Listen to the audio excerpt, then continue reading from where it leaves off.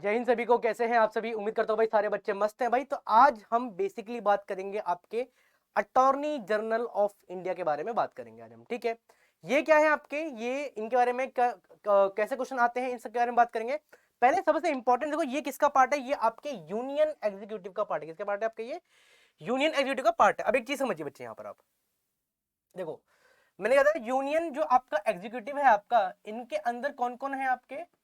देखो, आपके president of India है, आपके पीएम है आपके, ठीक है, वाइस प्रेसिडेंट है आपके, यूनियन काउंसिल ऑफ मिनिस्टर है आपका, एक मिनट, हाँ, यूनियन काउंसिल ऑफ मिनिस्टर है आपके, एंड आपके अटॉर्नी जनरल ऑफ इंडिया है आपके। तो बेसिकली हमने अपनी प्रीवियस क्लास में इन सब के बारे में बात कर ली है। आज हम बात करेंगे इसके बारे में, अटॉर्नी जनरल ऑफ इंडिया के बारे में आज हम बात करेंगे। ठीक है, तो देखो भाई, आर्टिकल सबसे इंपॉर्टेंट तो इनके साथ आर्टिकल है कि article 76 of the constitution has provided for the office of the attorney general of India, ठीक है, who is the highest law officer in the country। सबसे इंपॉर्टेंट पॉइंट है बच्चे, क्या कह रहा है भाई? सबसे इंपॉर्टेंट है बच्चे, यहां से सबसे पहले है आपके इसका आर्टिकल। ठीक है, article 76 of the Indian constitution क्या बताता है कि there should be a office of attorney general of India. ठीक है, और जो अटॉर्नी जनरल ऑफ इंडिया है वो क्या है आपके? वो इंडिया के सबसे ज्यादा हाईएस्ट क्या है आपके? लॉ ऑफिसर हैं। क्या है आपके? ये हाईएस्ट क्या है आपके? ये लॉ ऑफिसर हैं। यहां तक कोई डाउट किसी को? क्लियर? क्या है आपके? ये highest law officer of India है आपके ये।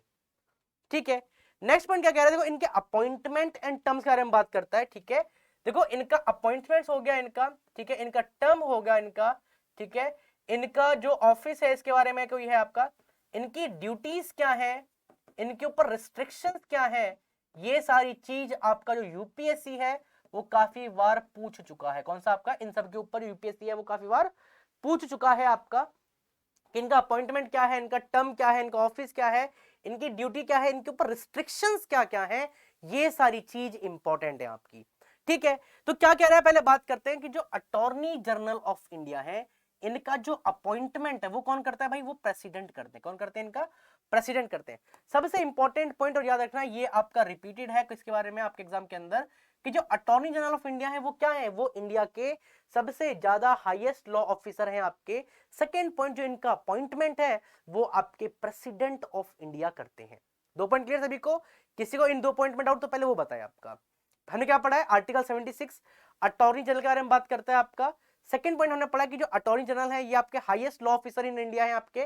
थर्ड पॉइंट हमने पढ़ा है कि जो आपके अटॉर्नी जनरल है इनका जो अपॉइंटमेंट है आपका बच्चे, वो कौन करते हैं? आपके प्रेसिडेंट ऑफ इंडिया करते हैं आपके। ठीक है, सेकंड पॉइंट कह रहा है आपका, ही और she must be a person, ठीक है, who is qualified to be appointed a जज ऑफ द सुप्रीम कोर्ट। क्या कह रहा है आपका?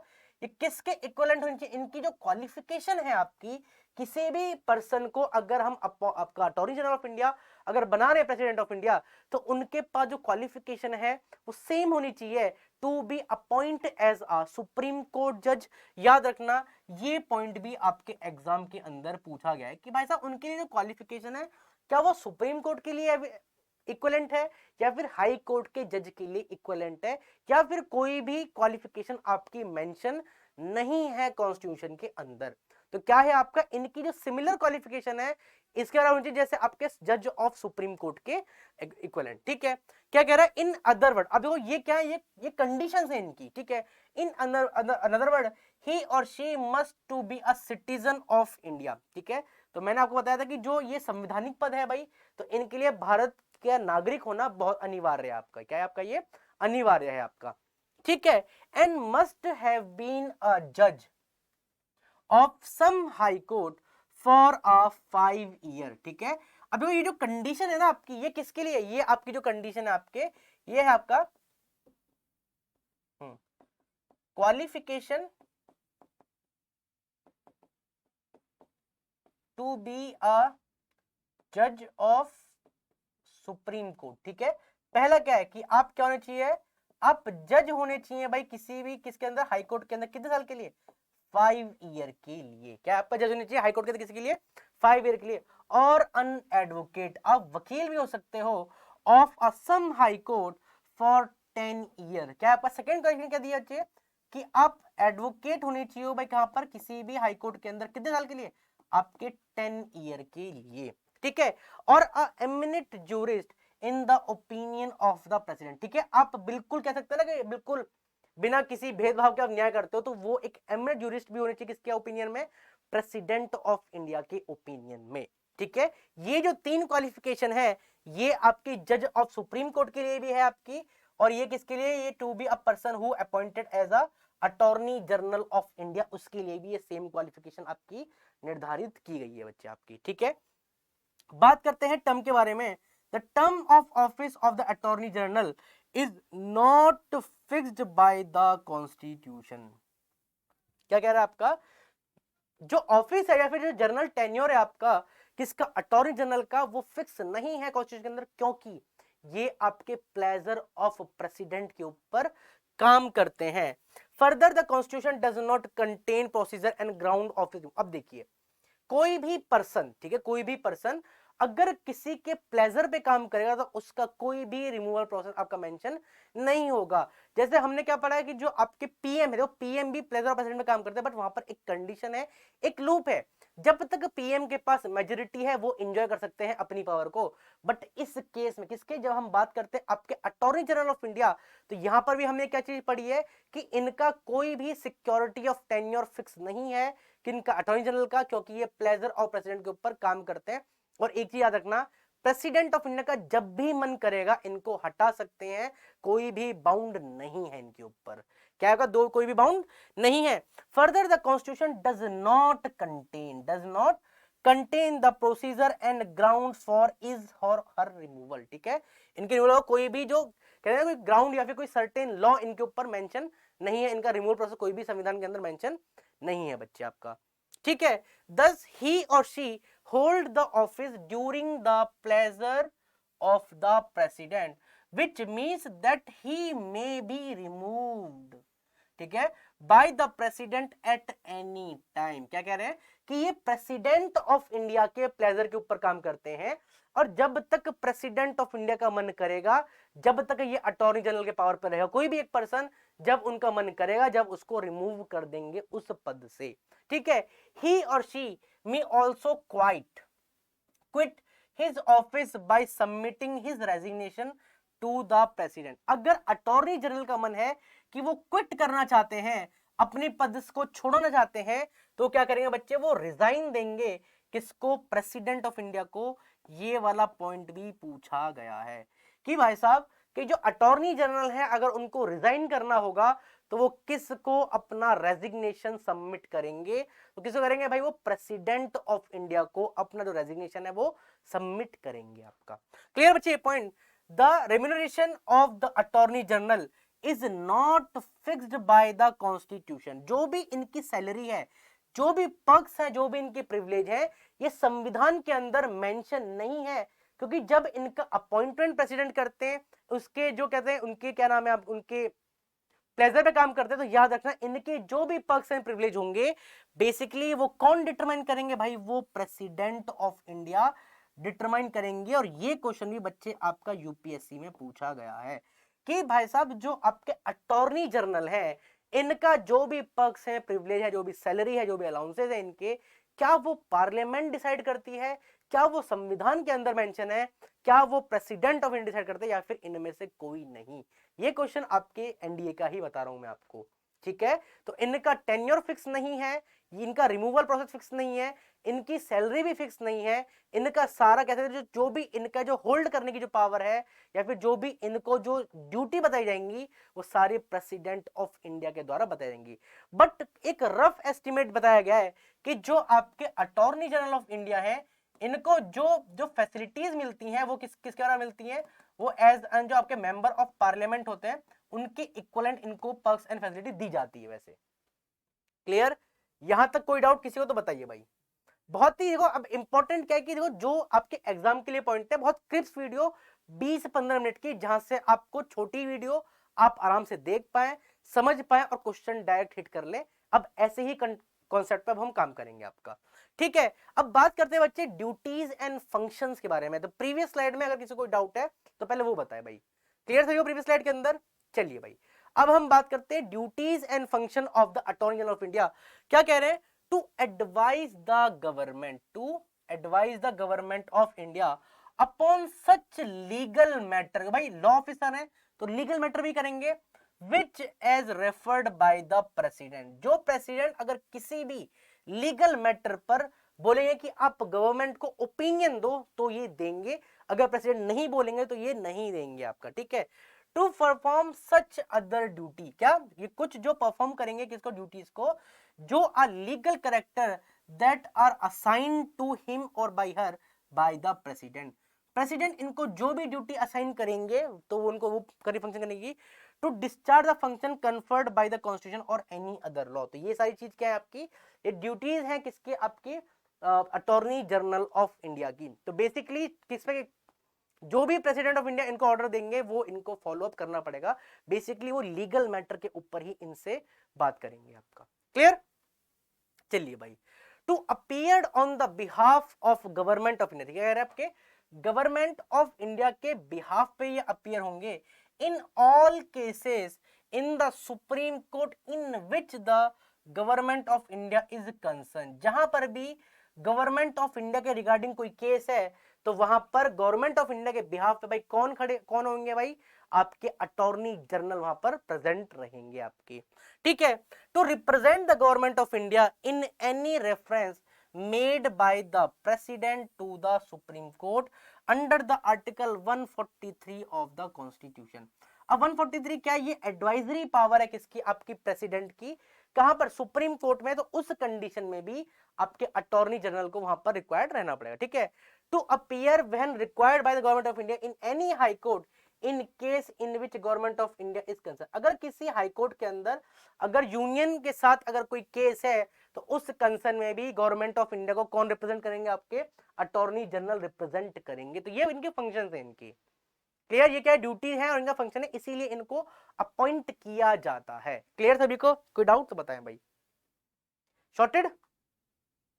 चलिए भाई, अब बात करते हैं भाई इनके पास राइट कौन कौन से, अटॉर्नी जनरल के पास कौन कौन से राइट है उनके बारे में बात करते हैं। पहला पॉइंट कह रहा है, in the performance of the official duty attorney general has right to audience in all court in the territory of India, ठीक है। अपनी ड्यूटीज को परफॉर्म करने के लिए अटॉर्नी जनरल के पास पूरे इंडिया के जो ऑल कोर्ट्स हैं वहां पर ऑडियंस की पावर है। याद रखना ये क्वेश्चन भी आपके एग्जाम के अंदर पूछा गया है कि क्या इनको ओनली हाई कोर्ट तक पावर है, क्या इनको ओनली सुप्रीम कोर्ट तक पावर है। तो याद रखना पूरे इंडियन टेरिटरी में ये कहीं भी ऑडियंस के तौर पे मतलब अपनी ड्यूटी परफॉर्म करने के लिए जा सकते हैं बच्चे, ठीक है। ही और she has right to speak, ठीक है, right to speak and take the part in the proceeding of the houses of the parliament or their joint sitting or any committee of the parliament on which he or she may named a member but without a right to vote। याद रखना इनको parliament के अंदर, किसके अंदर, इनको parliament के अंदर किसकी पावर है बच्चे, आपकी राइट टू स्पीक की पावर, किसकी, आपकी राइट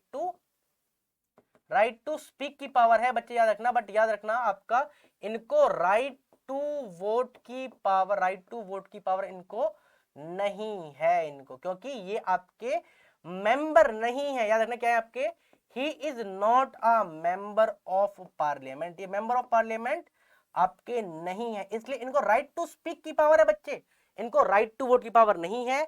और ये भी क्वेश्चन आपके यूपीएससी एग्जाम के अंदर पूछा गया है, ठीक है। फिर क्या कह रहा है, ही और she enjoy all the privilege and immunities that are available to the member of parliament, ठीक है। जो भी पावर, जो भी इम्यूनिटीज आपके मेंबर ऑफ पार्लियामेंट को दी जाती हैं सरकार के द्वारा, वही सारी चीज आपके अटॉर्नी जनरल को भी प्रोवाइड होती हैं, जो कि मैंने आपको बताया था पीछे साइड, ठीक है। और ये भी आपका इंपॉर्टेंट है, ठीक है। यही चीज होती है, टू द पॉइंट आप पढ़े, क्रिप्स नोट्स पढ़े, और जब ये जो नोट्स हैं आप इन्हीं को रेफर करें, आपको और कोई नोट्स की जरूरत नहीं पड़ेगी आपके एग्जाम के लिए। उम्मीद करता हूं ये सारे पॉइंट क्लियर हो गए होंगे भाई, किसी को कोई डाउट है तो बता सकते हैं आपका, ठीक है। तो याद रखना क्या आपका राइट टू ऑडियंस हो गया इनको, ठीक है, राइट टू स्पीक हो गया इनको, ये सारी पावर दी जाती है, ठीक है। बट इनको राइट टू वोट जो है वो इनको नहीं दिया, क्योंकि ये आपके मेंबर ऑफ पार्लियामेंट नहीं है, ठीक है। तो ये कुछ इंपॉर्टेंट पॉइंट्स हैं इनके बारे में। क्लियर? कोई डाउट तो बताएं भाई। शॉर्टेड? चलिए भाई, अब बात करते हैं आपके लिमिटेशन कौन कौन सी हैं आपके अटॉर्नी जनरल के ऊपर, क्योंकि हमने ड्यूटीज पढ़ ली हैं, इनके राइट्स पढ़ लिए, इनका अपॉइंटमेंट पढ़ लिया, इनका टेन्योर पढ़ लिया। अब हम बात करते हैं इनके ऊपर कौन कौन सी बाउंडेशन है जो इनके ऊपर सरकार लगाती है। पहला पॉइंट है, ही और she should not advise or hold a brief against the government of India. ठीक है, तो गवर्नमेंट ऑफ इंडिया के खिलाफ ये कुछ भी काम नहीं कर सकते, कोई एडवाइस भी नहीं दे सकते हैं आपका। ठीक है, सेकेंड पॉइंट, ही और she should not advise or hold brief in case which he is called upon the advice to appear for the government of India. ठीक है, अगर इनको गवर्नमेंट ऑफ इंडिया के बिहाफ से कहीं पर इनको रिप्रेजेंट किया जा रहा है तो ये गवर्नमेंट ऑफ इंडिया के खिलाफ भी नहीं बोल सकते हैं। ये सेकंड पॉइंट हो गया आपका।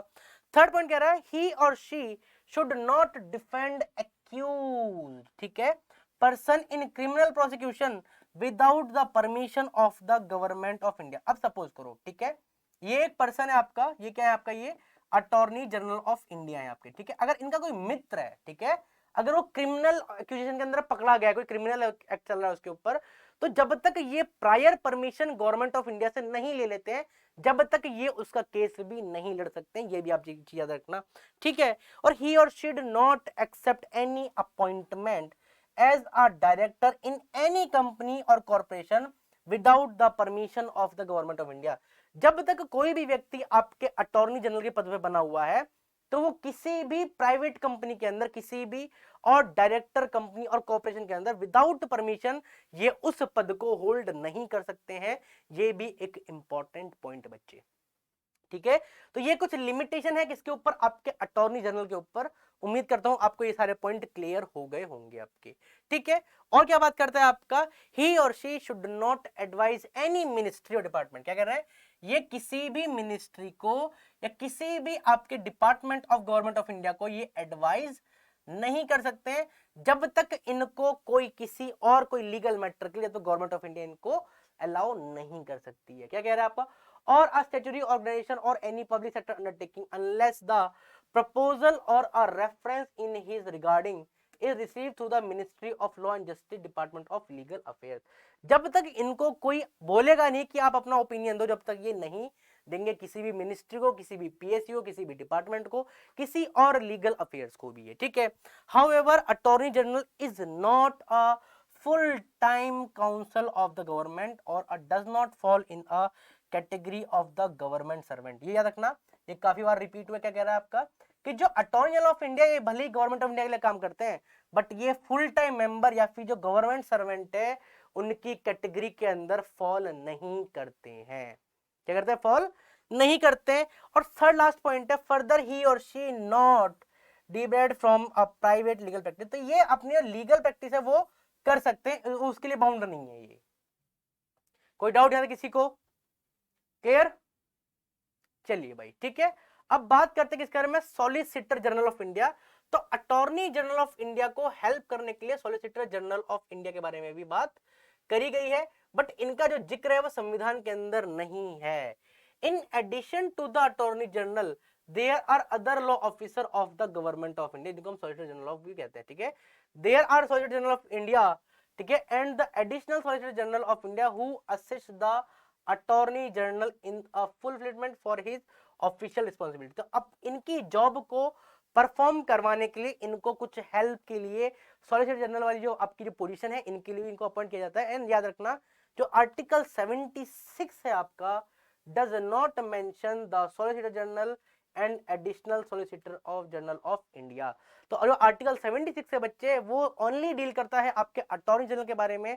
आपके संविधान के अंदर सॉलिसिटर या फिर additional solicitor general of India के बारे में कोई भी जिक्र नहीं किया गया है।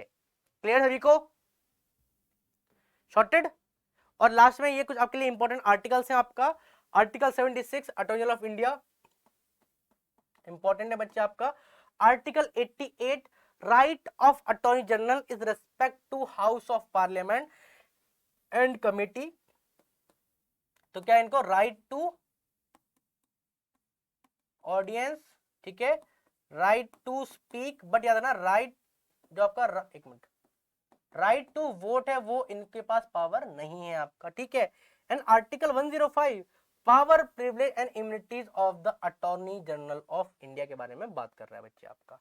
ठीक है, ये 3 आर्टिकल्स हैं आपके जो अटॉर्नी जनरल से आपके डील करते हैं। ठीक है, उम्मीद करता हूं आपको ये सारी चीज समझ में आएंगी, ये इंपॉर्टेंट चीज है अटॉर्नी जनरल।